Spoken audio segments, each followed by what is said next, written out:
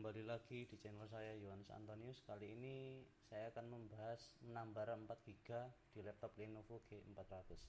Silakan disimak seperti berikut. Ya, kali ini kita akan ganti ya. Bukannya ini sih nambah RAM sih. Nambah RAM ini aku beli merek Kingston. Ukurannya 4GB.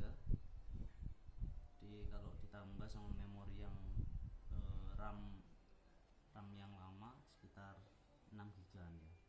Caranya gini, tinggal dimasukkan aja sampai masuk ya nanti ya, dan sampai bunyi juga.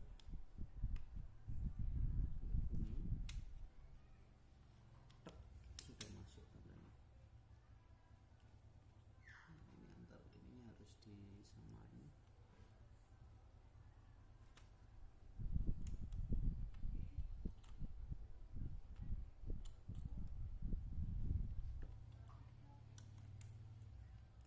Ini tandanya sudah masuk.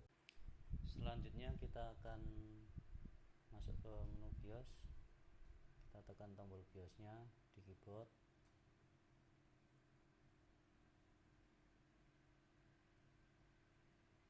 Nah, ketika sudah ditekan, silakan pilih BIOS sistem.